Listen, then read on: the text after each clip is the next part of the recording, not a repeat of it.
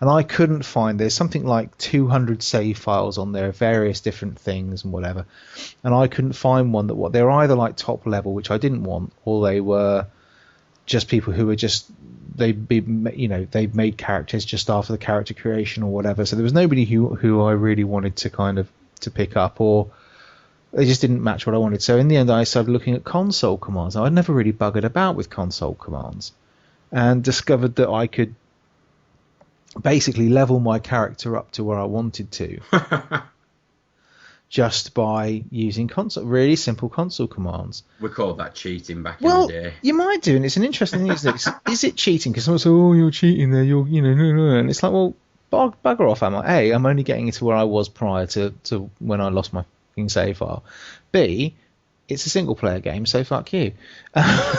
No, I think cheating, it's a lot different than how it used to be. I mean, but back in the old days, what was it? Up, down, left, right, A, and start to get the yeah. But now I think cheating rather than using it as an advantage in the problem with doing this was this then took me off, because of course I'd landed on the Skyrim Next. This took me off down a bloody rabbit hole of mods and God knows whatever else. So at the moment I currently have about 13-14 different mods running on my version of Skyrim. Well, you're dressed as Batman with a pair of pom-poms and a tutu on. No, but it's the stuff that's out there is absolutely awesome. I mean, obviously, there's the unofficial patch, which fixes an awful lot of bugs that Bethesda never got round to fixing or whatever. There's I've got basically a climate mod which makes all that. So when vanilla Skyrim, I remember playing a lot of Skyrim on the 360 where the snow was kind of quite pathetic, really. Yeah. Well, this mod gives you driving blizzardy type snow. It is fucking awesome. But it also gives you like decent sunshine. It gives you northern lights. It gives you proper thunderclouds rolling over, massive lightning storms, all this just really impressive stuff. And then of course you got into have you downloaded the texture pack yet? I thought, bloody hell, texture pack, really? Off I go. That texture pack was almost as big as the bloody game itself. Yeah. So I installed that. So now everything looks lovely. I mean, this game, it now looks absolutely stunning.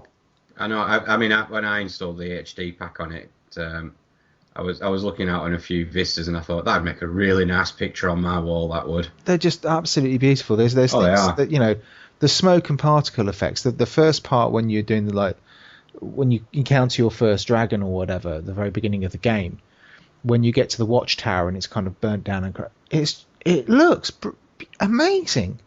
Because it's at night, so you've got all the reflections of the flame. The smoke is kind of just real. It's absolutely incredible looking game now. It's got all these mods on it. And I did something a bit daft, really. I went and looked on YouTube at some comparison vids of a fully spec'd up modded version of Skyrim, which basically was what I was running. Because my rig will run Skyrim on Ultra, because Skyrim's quite an old game now. It's not, the most demanding regions and whatever.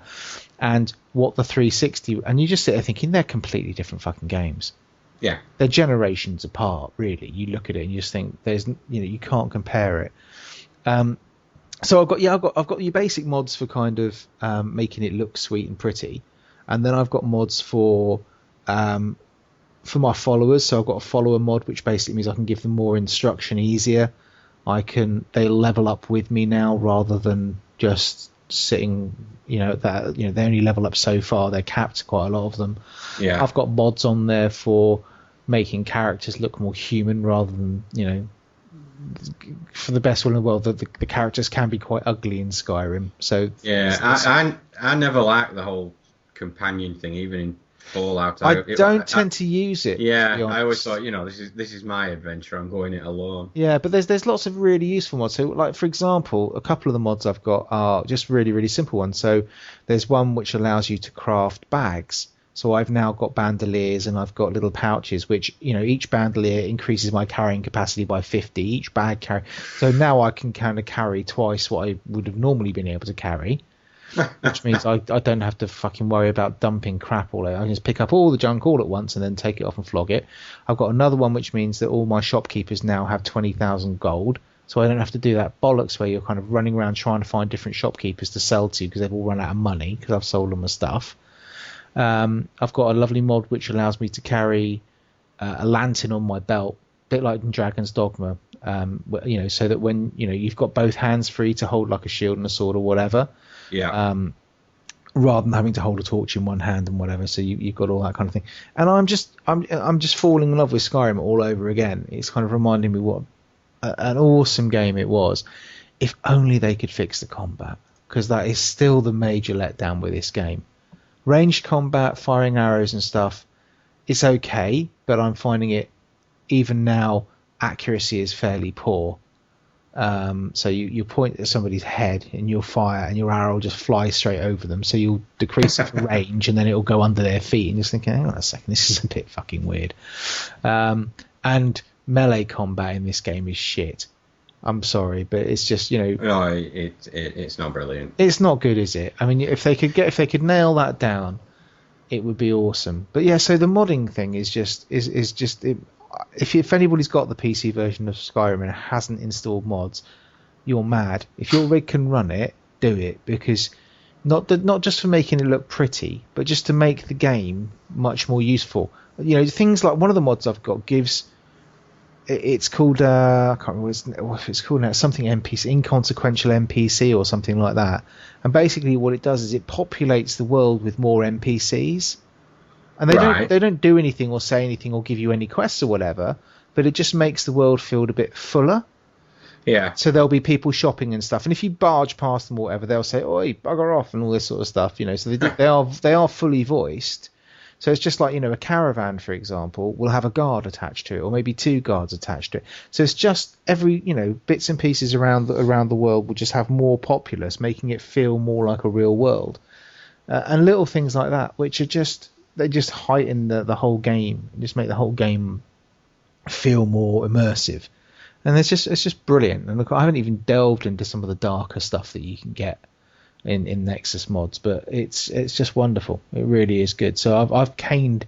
I think I installed it on Friday, and we're now recording this. What's this, Monday night? And I think I've put 12 hours into it since Friday. Awesome. Which is shit. That's quite a lot, isn't it? So I'm just loving it. So that's pretty much what I've been up to. So the other things I kind of put down on my list are not games as such, but it's kind of one of the things I've been toying with is the idea of flogging my 360. I have also been toying with this idea. Because aside from my brief liaison with Wooly on Saturday night, I don't really get jealous about it or anything. It was just a one-nighter. It didn't really mean anything. I haven't played my 360 for months. No, I haven't played it properly for months. There's nothing coming out. No, but I've bought stuff and not played it. What if I got State of Decay? I've hardly touched that. I've got State of Decay. I played it on launch day or whatever it was, State of Decay, for about 6 hours. Really enjoyed it. I haven't played it since. No, I'm pretty much the same on that. I mean, yeah, I would probably consider shifting my 360. I mean, if it wasn't for the fact that the kids enjoy playing on it. I mean, I don't have that problem because my daughter's only 3, so there we go. She hasn't done that yet. But obviously, I also have the added pressure of the fact that there are actually 2 other Xbox 360s in my house. One belonging to my daughter, and the other that the missus occasionally plays on. Well, you don't have a problem then. You can get rid of one, can't you? Yeah, but it'd be mine. Oh, good. My precious thing. Oh, my lord. So I'm just thinking, because at the end of the day, I play everything now on the PC or the PlayStation 3. That's pretty much. I've got both the PlayStation and the Vita. And the Vita. Yeah. That's kind of, I don't really. It should count it as a full console, but that's kind of my guilty bedroom treat, for want of a much better phrase.